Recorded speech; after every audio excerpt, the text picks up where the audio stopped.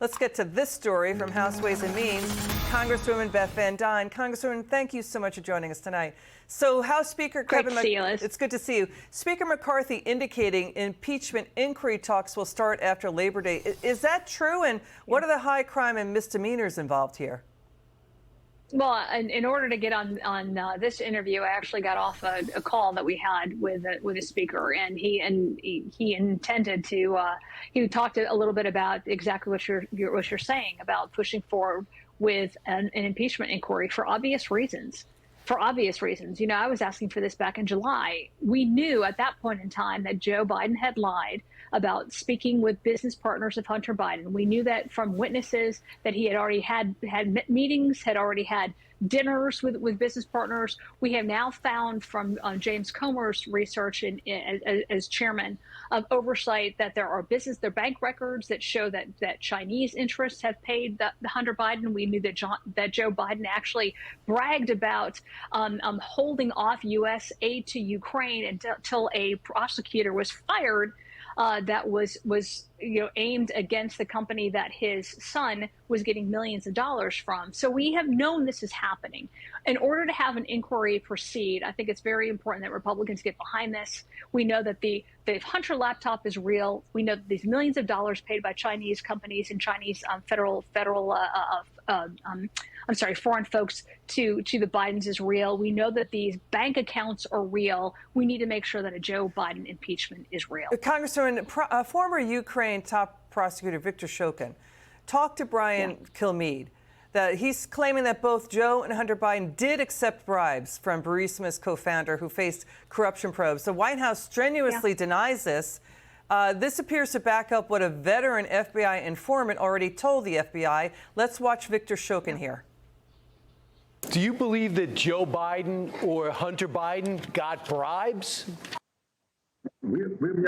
I do not want to deal in unproven facts, but my firm personal conviction is that, yes, this was the case. They were being bribed. The fact that Joe Biden gave away $1 billion in U.S. money in exchange for my dismissal, my firing, isn't that alone a case of corruption? I have no doubt that there were illegal activities engaged in by Burisma. As a matter of fact, the criminal case had been started before me. It continued to expand. And Zlochevsky, who at the time held the post of minister and was the founder and CEO of Burisma, started bringing in people who could provide protection for him. Hunter Biden was among them. And the corruption network expanded as a result. So, yes, to answer your question, there's no doubt in my mind that Burisma was engaged in illegal activities. Congresswoman, now the White House is really scrambling to downplay this. Shokin didn't provide additional evidence, but he claims he was fired at Biden's insistence because of his corruption investigation into Burisma, which had hired Hunter to sit on its board for nearly $1 million a year. That's the Joe Biden brand for protection. But again, the White House heatedly denies all this. What do you make of Shokin here? Well, I mean, you also have, you don't just have Shokin saying it. You also have Joe Biden saying that until the prosecutor was fired, that he was going to withhold aid. He was bragging about it publicly. But what do I think? I think of Shokin. I think Devin Archer. I think of the multiple whistleblowers that Ways and Means and others have heard from have nothing to gain by being honest. The White House has everything to lose, and that's why you're seeing them run right now from this information that's coming out, because you've got multiple people, multiple witnesses that are saying that not only is it a two-tier justice system, but that this is obviously pay for play, that some people are being bribed, that millions and millions of dollars are coming into the Bidens that basically is to pay off for doing foreign assistance as vice president and now as president. Well, that's what you're seeing. That's why you're seeing that the White House is lying about. The bribery would be a high crime.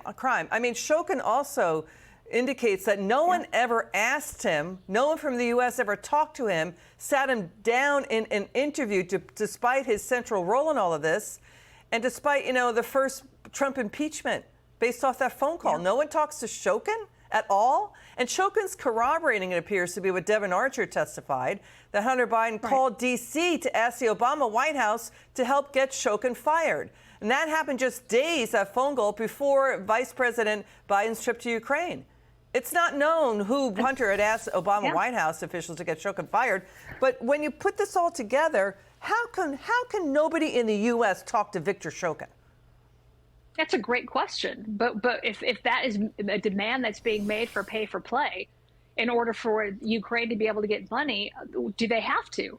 And the fact is that we don't know at this point in time, which, again, I think is why it's so important that the investigation that Chairman Comer is pushing forward right now continue to progress. You know, that information come out. We have talked to former FBI officials. We've talked to former national security officials. They've told us they've never seen corruption like this. These allegations to them are wild. They've never seen this in U.S. history. Is it not? Final word. It is insane in how many years that this has been being covered up. And it's for one family. It's for the Biden family. And we have seen multiple examples of which any other president right now would have been impeached. It is time we stop talking and we actually start acting. Got it. Congressman Van Duyne, we'll stay on the story. Thanks for coming on.